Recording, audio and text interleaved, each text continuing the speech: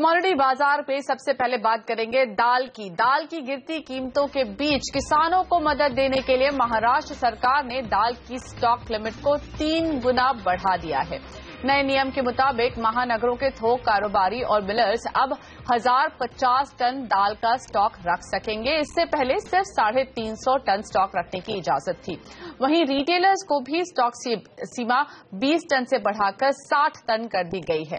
दरअसल इस साल दाल की बम्पर पैदावार हुई है और स्टॉक लिमिट की वजह से बड़े कारोबारी किसानों से ज्यादा स्टॉक खरीद भी नहीं पा रहे थे। ऐसे में अरहर की कीमतें जहां पहले से ही एमएसपी के नीचे आ चुकी हैं, वहीं चना भी रिकॉर्ड स्तर से करीब 60% लुढ़क चुका है। इस बीच चने की बम्पर पैदावार को देखते हुए सरकार इसके वायदा कारोबार को फिर से शुरू करने पर विचार कर रही है। सूत्रों के मुताबिक प्रधानमंत्री कार्यालय ने कृषि और खाद्य मंत्रालयों से इस पर राय मांगी है। हमारे साथ दाल उद्योग महासंघ के प्रेसिडेंट सुरेश अग्रवाल और निर्मल बंग कमोडिटीज के रिसर्च हेड कुणाल शाह जुड़ रहे हैं। आप दोनों का बहुत स्वागत है। सुरेश जी, आपसे बातचीत शुरू करती हूँ। स्टॉक लिमिट महाराष्ट्र सरकार ने पूरी तरह से हटाई नहीं है, सिर्फ सीमा बढ़ा दी गई है। क्या इतना काफी है? कैसे कारोबारियों को मदद मिलेगी? देखिए, हमने महाराष्ट्र सरकार से 16 जनवरी को मांग भी की थी, हम लोग गए भी थे और हमने स्टॉक सीमा को पूरे महाराष्ट्र में खत्म करने का अनुरोध किया है, ताकि जो हमारे मिलर्स को उन्होंने जो एक ये कर रखा है कि मिलर्स जो है 9% कच्चा माल रख सकता है, ट्रेडर 3,500 रख सकता है और छोटे शहर जैसे अकोला है, जालना है, परभणी है, वो 2,500 रख सकते हैं। तो हमने माननीय मुख्यमंत्री जी से बात की थी कि आप स्टॉक लिमिट हटा दें, प्लस लाइसेंस तथा जो है राशनिंग विभाग को हर 15 दिन में जानकारी देना पड़ती है। 1 तारीख से 15 तारीख तक कितना खरीदा, 16 तारीख से 31 तक कितना खरीदा और उनके डिपार्टमेंट में जाके लाइसेंस देना, इन सबको समाप्त करने की बात की थी हमारे संगठन ने और उनका पत्र भी आया था कि हम इस पर कार्रवाई कर रहे हैं। मगर सरकार ने उसमें आंशिक संशोधन किया है।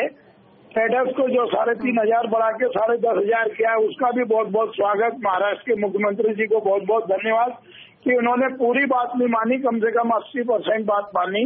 अब हम उनसे अनुरोध करेंगे आपके चैनल के माध्यम से कि देश में बम्पर पैदावार हुई है और इसके बाद में बाहर के मुल्कों में भी अच्छी पैदावार हुई है, जैसे कि हमारे साउथ अफ्रीका है, मलावी है, मोजम्बिक है, बर्मा है। तो जब सब दूर अच्छी पैदावार हुई है तो देश के अंदर हर राज्य को स्टॉक लिमिट खत्म करना चाहिए।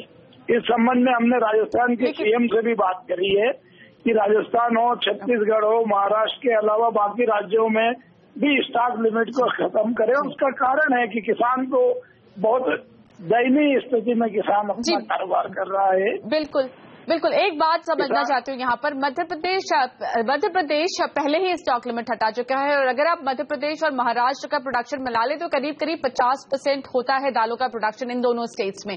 तो क्या यहाँ से माने कि मध्य प्रदेश में मैंने किसानों को कुछ मदद मिलेगी? 26/10 को ये लिमिट हटवाई थी और पूरे देश में मध्य प्रदेश और राजस्थान और महाराष्ट्र का प्रोडक्शन 50-60% होता है।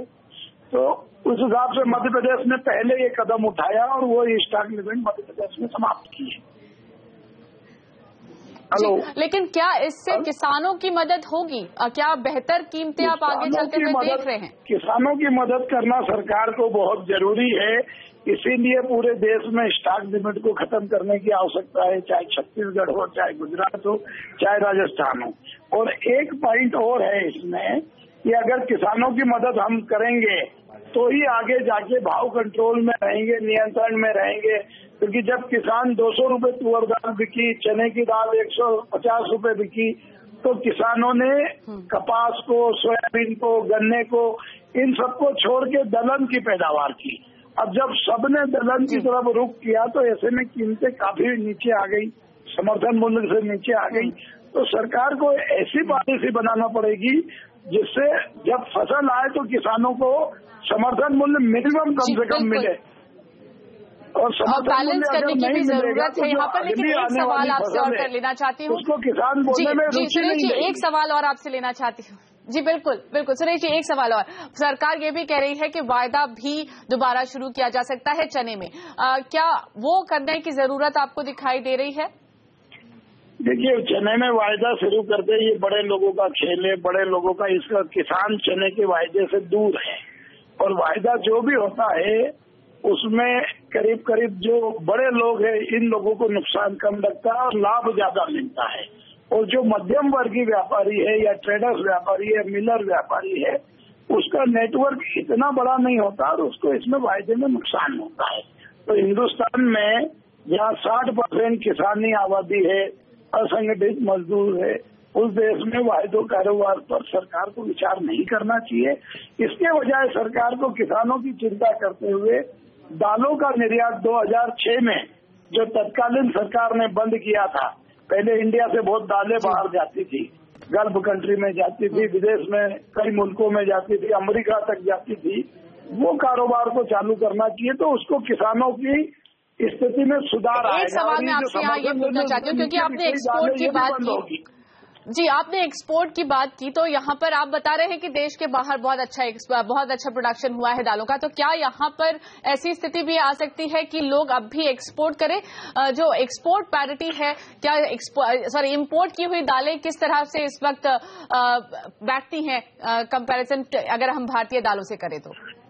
देखिए, भारतीय दालों की क्वालिटी अच्छी है। एक्सपोर्ट की जो माल होता है, वहाँ का जो माल होता है, उसका जो स्वाद होता है, उनसे इंडिया की दालें बहुत अच्छी है। यहाँ का मीठा स्वाद रहता है। तो जब इंडिया की दालें इंडिया के बाहर जाएगी तो उसका एक मार्केट डेवलप होगा और किसानों को जो समर्थन मूल्य से नीचे पैसा मिल रहा है वो भी बंद होगा और यहाँ का व्यापार शुरू होगा। सरकार को विदेशी मुद्रा मिलेगी और दाल की क्वालिटी के कारण निर्यात में 2-3 साल में दालों का मार्केट डेवलप होगा। जब दालों का मार्केट देश के बाहर डेवलप होगा तो किसान के साथ साथ इंडस्ट्रीज भी चलेगी और इंडस्ट्रीज को लोगों को रोजगार देने के अवसर भी प्राप्त होंगे और इंडस्ट्री जब ग्रोथ करती है तो बेरोजगारी में भी उसकी मदद होगी, बेरोजगारों को सहायता मिलती है। इस वक्त वायदा के खिलाफ क्लियरली दिखाई दे रहे हैं कारोबारी। कुणाल, आपकी क्या राय है? क्या लगता है अगर चने का वायदा वापस शुरू होता है और दालों में भी अगर वायदे पर सरकार विचार करती है तो क्या किसानों को कुछ फायदा मिल सकता है या फिर कीमतों में भी कुछ स्टेबिलिटी आ सकती है क्या? जी, future market is a very important function. ये बहुत ही महत्वपूर्ण रोल प्ले करता है ओवरऑल मार्केट डेवलपमेंट में। अगर आप अमेरिका, चाइना सभी जगह पे देखेंगे तो फ्यूचर मार्केट्स के माध्यम से अच्छी प्राइस डिस्कवरी होती है, किसानों को अच्छी प्राइस भी मिलती है, क्योंकि नेचुरली फ्यूचर मार्केट आने वाले 3 महीने 4 महीने बाद अगर कोई तेजी लग रही है तो पहले से फैक्टरिंग करना चालू कर देता है। So I have my own opinion. मुझे लगता है कि future market is positive for the all segments, hedger, millers, farmers, speculators, everyone के लिए, सबके लिए हेल्दी मार्केट है और it is playing very important role in all the markets. India में भी इसका मौजूद रहना, लिक्विड रहना और इसमें पार्टिसिपेट करना बहुत ही इंपॉर्टेंट है। राइट, सुरेश जी, आपसे इजाजत लेंगे। बहुत बहुत धन्यवाद आज समय निकालने के लिए। तो थोड़ी मदद जरूर मिलेगी महाराष्ट्र में जो स्टॉक लिमिट बढ़ाई गई है उससे, लेकिन बाकी सरकारों से भी, कारोबारियों की भी यही गुहार है कि अगर किसानों के हक में बात करनी है तो वहां पर स्टॉक लिमिट हटानी होगी।